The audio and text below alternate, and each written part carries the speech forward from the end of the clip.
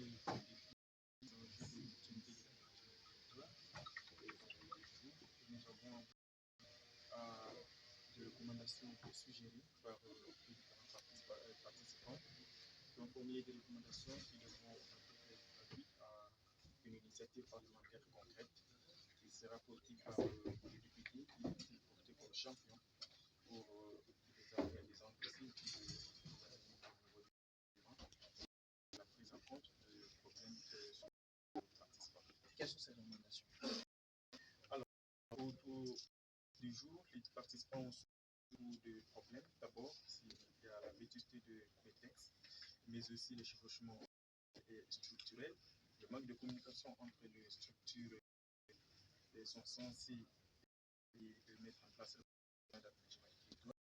C'est comme ça que les recommandants participants ont suggéré à ce qu'il y ait harmonisation, mais aussi qu'il y ait la révisitation des arrêtés qui portent ces sur les différentes comment est-ce que je peux dire, que chaque puisse sur ses missions. C'est de cette manière-là qu'on va avoir une harmonisation et une bonne action pour la mise en œuvre de la politique nationale d'aménagement du territoire, le plan sur d'aménagement, mais aussi le plan simple du territoire que le gouvernement est en train de mettre en place pour bien planifier l'espace spatial. Poursuivez la finalité comme démarche à l'aménagement. En fait, d'abord, il faut parler de c'est quoi, qu'est-ce que nous voulons avec les 97. Parce que qu'on a notre baromètre Talatala, et sur l'activité parlementaire, nous avons dit qu'il n'était pas nécessaire de se limiter seulement à deux.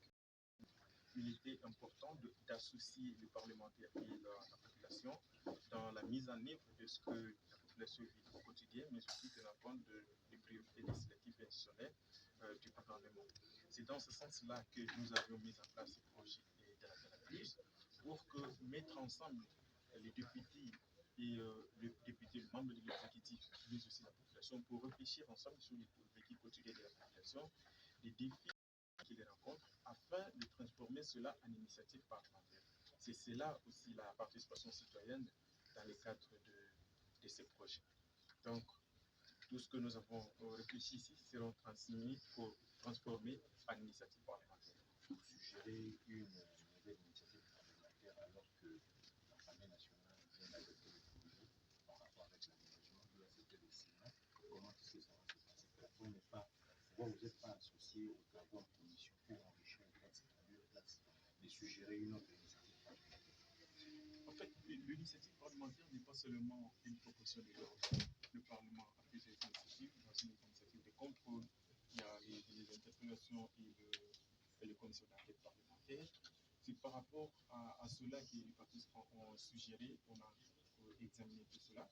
Et si on parle de cette loi qui a été adoptée hier au Sénat, et la loi abroge l'aménagement du territoire, trouvé sa base juridique dans le code urbanisme qui date de 57. Il y a une loi qui a été adoptée, donc la loi abroge maintenant les dispositions pour qu'elle devienne maintenant le ministère de l'urbanisme habitat. Donc il y a un problème. Donc le ministère de l'aménagement de l'urbanisme de son côté aussi devrait déjà commencer à réfléchir sur la mise en œuvre ou bien sur un nouveau code qui doit maintenant le régir pour qu'il puisse trouver le soubassement juridique. Et nous avons réfléchi ici, on va voir notre champion là, qu'il y aura des initiatives de contrôle qui seront initiées, les moyens de formation qui seront initiés, mais aussi pour les recommandations qui vont dans le sens de modifier la loi. On va d'abord attendre, on ne peut pas aller très vite en raison sans que la loi ne soit pas encore promulguée. On va attendre la promulgation de la loi, la lire, voir la version finale et voir les dispositions qui ne répondent pas aux recommandations formulées ici. Et c'est dans ce sens-là que notre champion pourrait maintenant introduire une proposition de loi pour modifier cette loi parce que c'est une œuvre humaine et susceptible d'être modifiée et complétée à tout moment. Un formulaire sera mis à la disposition de tout le monde.